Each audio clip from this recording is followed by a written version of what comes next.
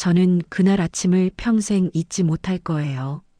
새벽 5시 30분, 남편 민우가 다급하게 저를 흔들어 깨웠죠.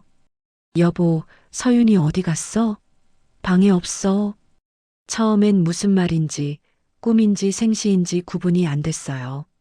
비몽사몽으로 서윤이 방으로 달려갔는데 아이 침대가 정말 텅 비어 있더라고요. 이불은 개켜져 있고 베개 위엔 메모 한 장만 덩그러니 놓여 있었어요. 내가 서윤이를 키울 거야. 내가 그 남자랑 재혼하면 서윤이가 죽을 수도 있어. 엄마가 지킬게.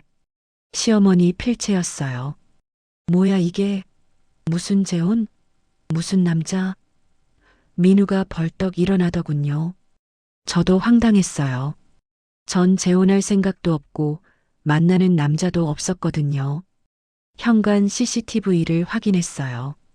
새벽 3시 47분, 시어머니가 몰래 현관 비밀번호를 누르고 들어오는 게 찍혀 있더라고요. 그리고 30분 뒤, 잠옷 차림의 서윤이 손을 잡고 조용히 나가는 모습이 보였어요. 미쳤어? 도대체 무슨 소리야? 저는 소리를 질렀어요. 전화를 걸었지만 시어머니는 받지 않았어요. 한 번, 두 번, 10번을 걸어도 전원이 꺼진 상태였죠. 경찰에 신고해. 저는 다급하게 말했어요. 하지만 민우는 머뭇거리더군요. 잠깐만, 엄마한테 먼저 전화해보자. 오해가 있는 것 같아. 오해? 내 엄마가 우리 딸 납치한 거야. 지금 무슨 소리 하는 거야? 저는 울음을 터뜨렸어요. 결국 제가 일일이에 전화를 걸었어요. 경찰이 출동했고 우리는 상황을 설명했죠. 할머니가 손주 데리고 간 건데 일단 미아 신고로 접수하고요. 경찰이 말했어요. 그런데 그때 민우 씨가 말하더군요. 잠깐만요. 혹시 우리 엄마가 착각하신 건 아닐까요? 저는 믿을 수가 없었어요. 지금 자기 엄마를 변호하는 거예요? 이 영상 보시기 전에 무료 구독 한 번만 눌러주세요. 구독 누르시면 여러분 가정에는 이런 일이 일어나지 않습니다. 정말이에요. 경찰이 가고 나서 저는 민우 씨에게 따졌어요. 도대체 무슨 재혼 얘기야? 무슨 남자 얘기야? 남편은 난처한 표정을 지었어요. 그게 엄마가 요즘 좀 이상하셔. 며칠 전에 나한테 전화하셔서 지영이가 남자 만난다더라. 애까지 있는데 재혼을 하겠다더라고 하시던데. 뭐? 저는 기가 막혔어요. 그게 말이 돼? 나 회사 다니고 집 오면 애 돌보느라 바빠 죽겠는데 무슨 남자를 만나? 나도 아니라고 했어. 근데 엄마가 내가 속는 거야. 지영이가 너를 속이고 있어라고 하시더라고. 남편은 말을 흐렸어요. 그럼 당신은 뭐라고 했는데? 제가 물었죠. 그냥 아니라고 했지. 민우 씨가 고개를 숙였어요. 그냥? 그게 다야? 저는 소리를 질렀어요. 당신 엄마가 나를 바람 피우는 년으로 몰고 있는데 그냥 아니라고만 했어? 남편은 대답하지 못했어요. 그 순간 깨달았어요. 시어머니가 망상을 하고 있다는 걸요. 그리고 민우 씨는 엄마 말을 어느 정도 믿고 있다는 걸요. 사실 이 모든 게 결혼 첫날부터 예고된 거였어요. 결혼식 다음 날 아침 시어머니가 제 방에 들어오시더니 말씀하셨죠. 우리 민우는 원래 의사 선생님이랑 결혼하기로 했었는데 내가 나타나서 다 틀어졌어. 그 애가 얼마나 좋았는데. 저는 멍하니 시어머니를 바라봤어요. 결혼 다음 날 아침에 할 소리가 그거였나요? 어머님, 저도 민우 씨를 사랑해서 결혼했어요. 제가 조심스럽게 말했죠. 사랑? 사랑으로 밥 먹고 사니? 의사 며느리였으면 우리 집안 격도 올라갔을 텐데. 시어머니는 쯧쯧 혀를 차셨어요. 그게 시작이었습니다. 결혼하고 시댁에서 1년을 살았어요. 그 1년이 지옥이었죠. 매일 아침 6시에 일어나 시부모님 식사 준비하고 설거지하고 청소하고 출근 전에 이미 녹초가 되곤 했어요. 지영아, 김치찌개에 김치가 너무 많네. 다시 해. 지영아, 된장찌개에 소금 덜 들어갔어. 간간하게 해야지. 지영아, 방 청소 이렇게 하는 거 아니야. 침대 밑도 봐야지. 하루도 빠짐없이 뭔가를 지적당했어요. 어느 날 저녁 회사에서 야근하고 밤 10시에 들어왔어요. 그런데 시어머니가 거실에 앉아 계시더군요. 지영아, 며느리가 밤 10시에 들어와? 시어머니가 밥도 굶고 기다리고 있는데 차갑게 말씀하시더라고요. 죄송해요, 어머님. 야근이 길어져서. 저는 사과했어요. 야근? 회사가 그렇게 중요해? 시댁 식구들보다? 시어머니가 눈을 부라리셨어요. 그날 밤 민우 씨한테 말했습니다. 여보, 우리 따로 나가서 살면 안 될까? 민우는 난처한 표정을 지었어요. 엄마 모시고 사는 게 당연한 거 아니야? 좀만 참아줘. 언제까지 참아? 저는 울먹였어요. 결혼하면 원래 이런 거야. 우리 엄마도 시집살이 했대. 민우 씨가 말했죠. 저는 할 말이 없었어요. 그러다 서윤이를 임신했습니다. 시어머니는 처음으로 제게 웃는 얼굴을 보이시더라고요. 잘했어, 지영아. 드디어 손주를 안겨주는구나. 꼭 아들 낳아야 해. 성별을 확인하던 날 의사 선생님이 말했어요. 축하합니다. 딸이에요. 그 순간 시어머니 표정이 싹 변하더군요. 진료실을 나오자마자 말씀하셨어요. 아들을 낳았어야지. 뭐, 다음엔 아들 낳으면 되지. 저는 가슴이 무너졌습니다. 내 뱃속 아이가 딸이라는 이유만으로 실망하다니. 서윤이가 태어난 날 시어머니는 병원에 오셔서 아기를 보시더니 말씀하셨어요. 얼굴은 예쁘네. 아들이었으면 더 좋았을 텐데. 산후조리원에서 나온 뒤 시어머니는 매일 찾아오셨어요. 애는 내가 봐줄게. 넌 쉬어. 처음엔 고마웠어요. 하지만 점점 이상해지더라고요. 지영아, 애한테 젖 이렇게 물리는 거 아니야. 지영아, 기저귀 이렇게 차는 거 아니야. 지영아, 애가 우는데 왜 안 안아줘? 내가 안을게. 모든 게 제 방식은 틀렸고 시어머니 방식만 옳았어요. 서윤이가 100일 됐을 때 시어머니가 말씀하셨습니다. 지영아, 너 회사 그만둬. 애 키우는 게 우선이지. 어머님, 제가 일을 해야 생활비가. 제가 말했죠. 민우 월급으로 충분해. 애 엄마가 일하면 애가 방치되는 거야. 시어머니가 단호하게 말씀하셨어요. 저는 회사를 그만두지 않았습니다. 그게 시어머니는 못마땅하셨나 봐요. 서윤이가 돌됐을 때 저는 민우 씨에게 선언했어요. 우리 나가서 살자. 더 이상 못 참겠어. 민우는 놀라더군요. 갑자기 왜? 갑자기가 아니야. 2년을 참았어. 더 이상은 못 살겠어. 저는 단호했습니다. 엄마가 섭섭해 하실 텐데. 민우 씨가 망설였어요. 당신 엄마 기분이 중요해? 아니면 우리 가족이 중요해? 제가 물었죠.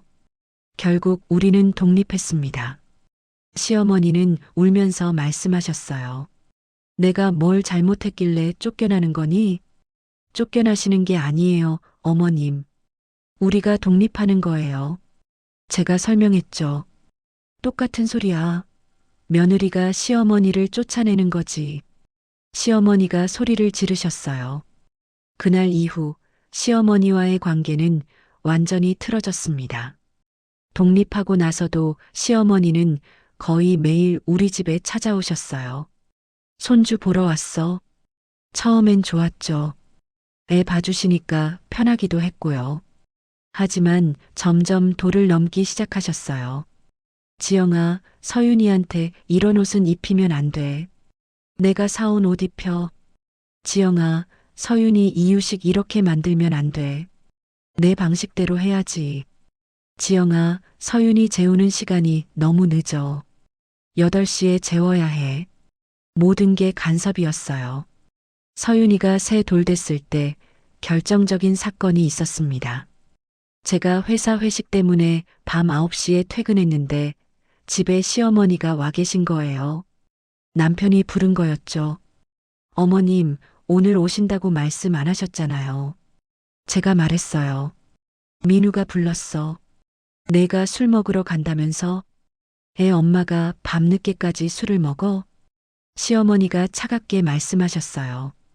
회사 회식이었어요. 팀장이라 안 갈 수가 없었고요.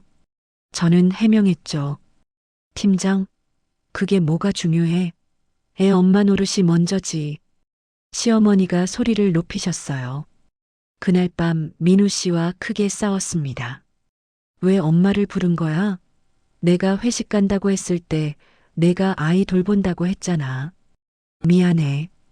갑자기 야근이 생겨서 그래서 엄마한테 부탁드렸어. 민우 씨가 말했죠. 당신은 맨날 엄마 편이네. 저는 화가 났어요. 엄마 편이 아니라 그냥 민우 씨는 말을 흐렸어요. 그때부터 알았어요. 민우는 절대 제 편이 될 수 없다는 걸요. 이 모든 비극은 제가 승진하면서 시작됐습니다. 2개월 전이었죠. 저는 팀장으로 승진했어요. 당연히 업무량이 늘었고 야근도 잦아졌죠. 서윤이를 어린이집 하원 후 피아노 학원에 보내고 저녁 8시에 퇴근해서 데려오곤 했어요. 그런데 어느 날 시어머니한테서 전화가 왔어요. 지영아, 서윤이 학원은 누가 보내? 학원 선생님한테 부탁드렸어요. 어린이집에서 학원차가 데려가요. 제가 대답했죠. 학원을 왜 보내? 겨우 5살인데 아이가 힘들어하면 어떡해?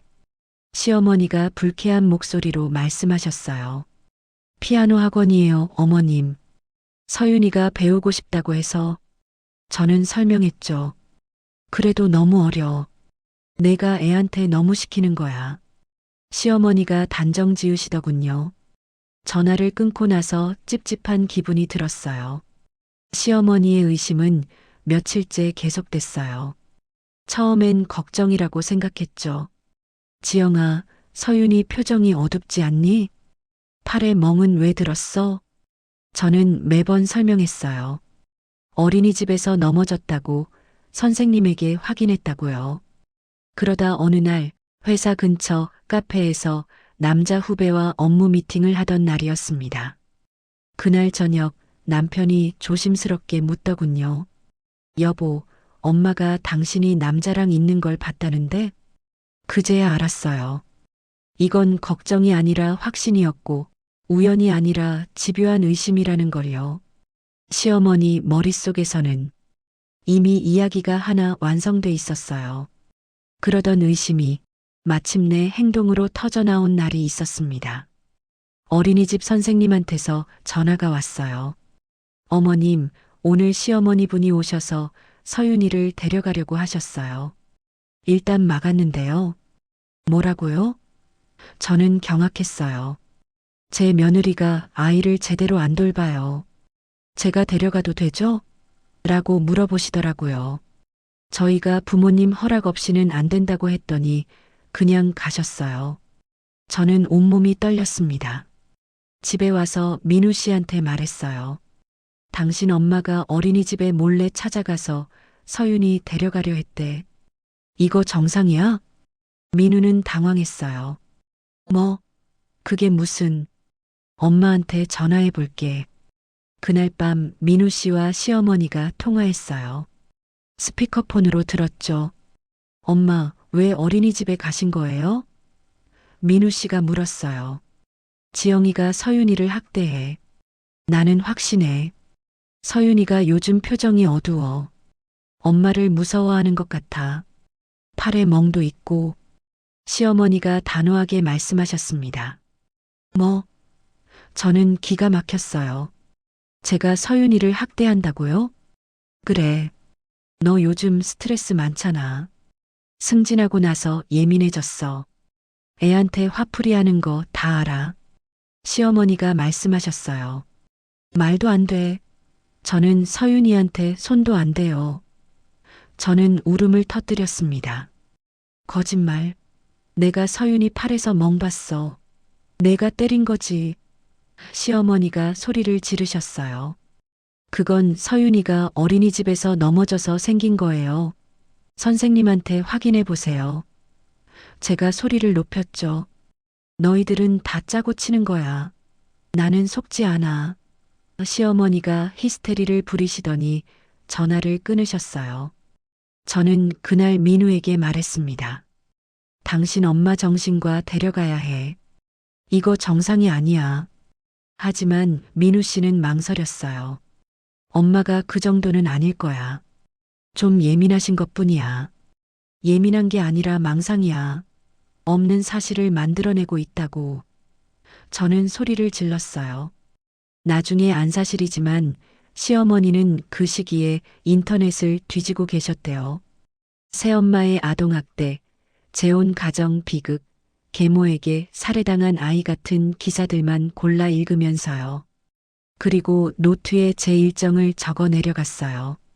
지영 행적, 남자와 카페에서 1시간, 밤 10시 귀가, 서윤이 팔에 멍, 서윤이 표정 어두움, 결론 바람, 학대 재혼 계획 중, 사실은 전부 우연이었고 설명이 가능한 일이었어요. 하지만 시어머니 머릿속에서는 이미 한 편의 드라마가 완성돼 있었죠. 그 왜곡된 드라마가 시어머니에게는 진실이었습니다. 일주일 전 시어머니가 민우 씨에게 마지막 경고를 하셨어요. 민우야, 엄마 말 잘 들어. 지영이가 곧 너한테 이혼하자고 할 거야. 그리고 서윤이 데리고 재혼할 거야.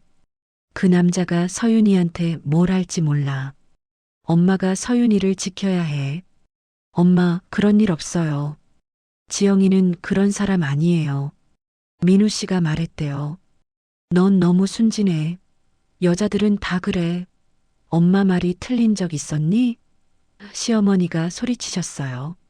민우 씨는 전화를 끊었대요. 하지만 찝찝한 기분이 들었다고 해요. 그리고 바로 그날 밤, 저는 민우 씨에게 경고했어요. 어머님이 서윤이한테 접근하지 못하게 해. 안 그러면 경찰에 신고할 거야.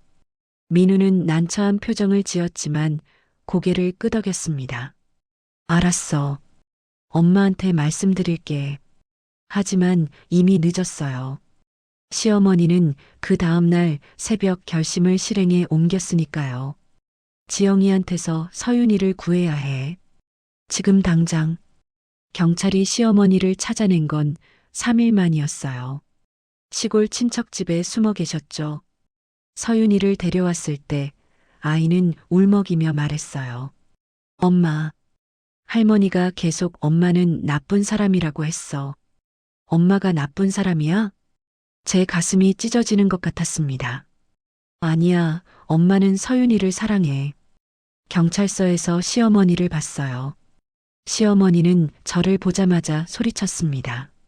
너 때문이야. 내가 내 손주를 학대해서 내가 구한 거야. 어머님, 저는 서윤이를 때린 적 없어요. 제가 외쳤어요. 거짓말. 넌 서윤이를 방치하고 남자 만나고 재혼하려고 했잖아.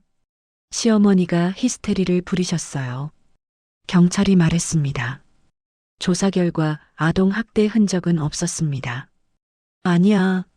분명히 있어. 시어머니는 믿지 않으셨어요. 변호사와 상담했습니다.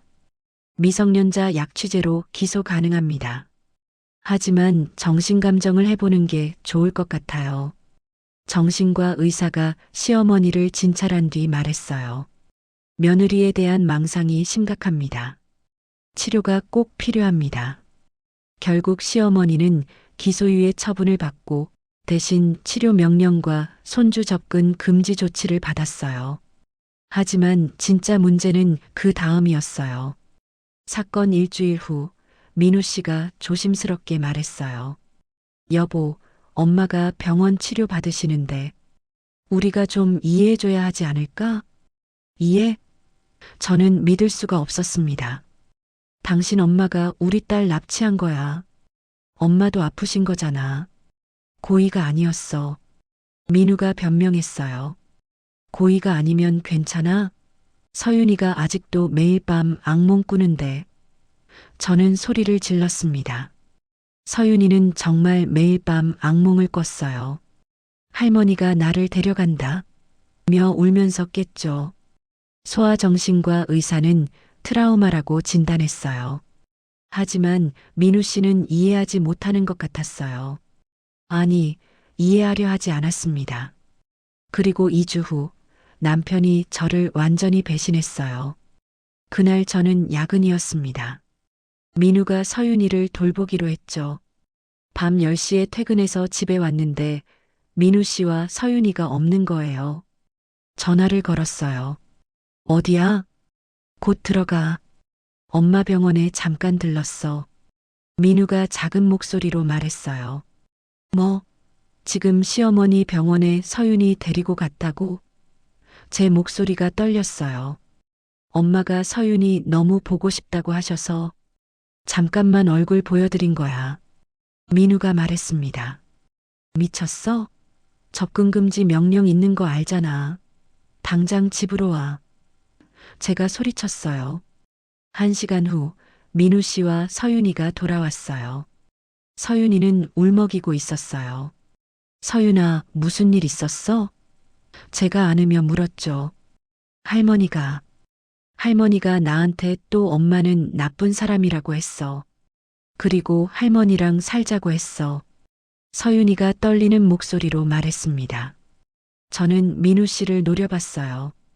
당신 지금 뭐 한 거야? 미안해. 엄마가 너무 안쓰러워서. 민우 씨가 고개를 숙였어요. 안쓰러워? 당신 딸은 안쓰럽지 않아? 서윤이가 지금 떨고 있잖아.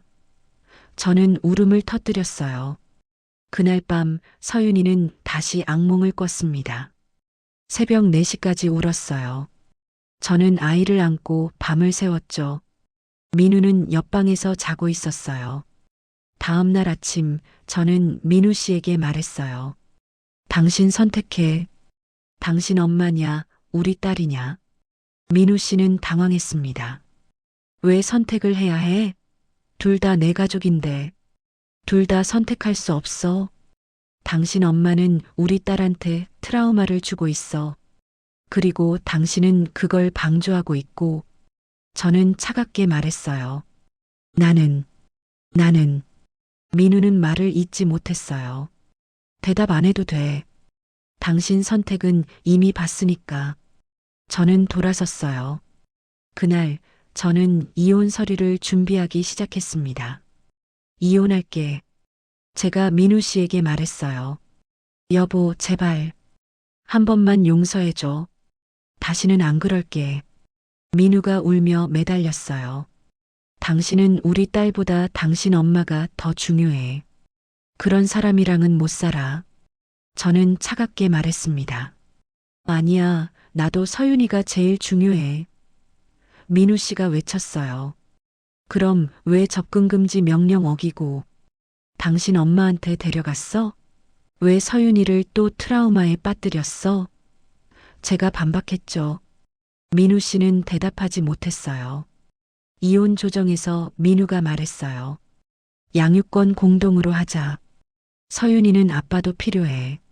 안 돼. 당신은 또 서윤이를 시어머니한테 데려갈 거야. 저는 거절했습니다. 다시는 안 그럴게 약속해. 민우 씨가 애원했어요. 당신 약속은 믿을 수가 없어. 벌써 배신당했는걸.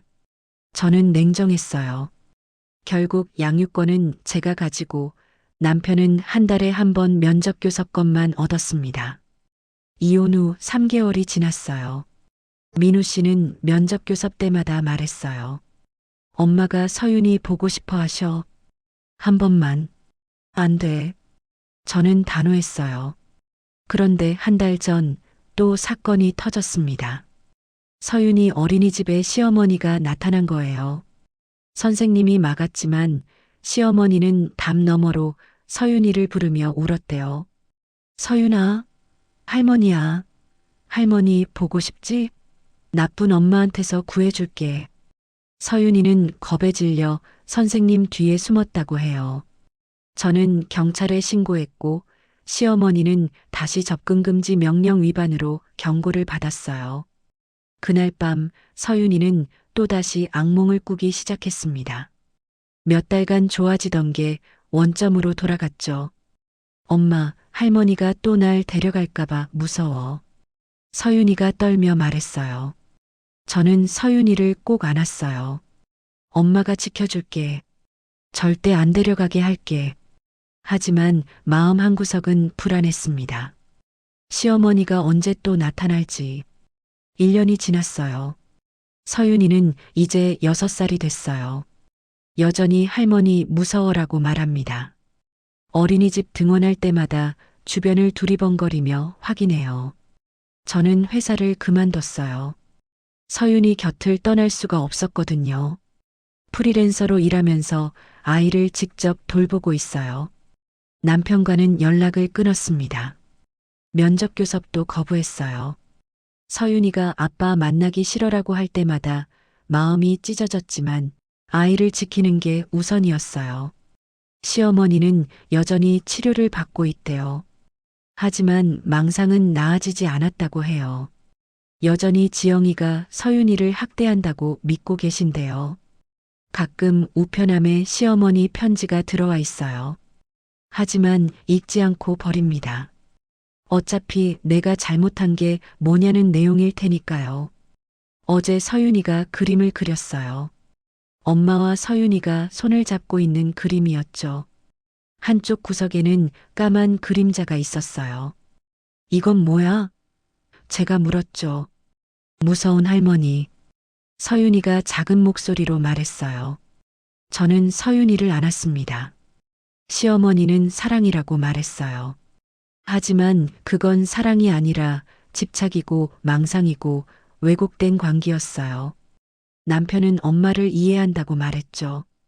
그 이해 때문에 결국 제 딸을 배신했습니다. 저는 딸을 지키려 했고 그 과정에서 가족은 완전히 깨졌고요. 누가 옳고 누가 그른 걸까요? 시어머니는 여전히 자신이 피해자라고 믿습니다. 민우 씨도 엄마를 이해해야 한다고 말하죠. 하지만 서윤이는 아직도 악몽을 꿔요. 저는 그게 답이라고 생각합니다. 사랑이라는 이름으로 누군가를 망가뜨릴 수 있고 가족이라는 이유로 누군가를 끝없이 배신할 수도 있어요. 우리 가족은 그렇게 무너졌습니다. 그리고 여전히 시어머니는 어딘가에서 저를 찾고 있을지도 몰라요.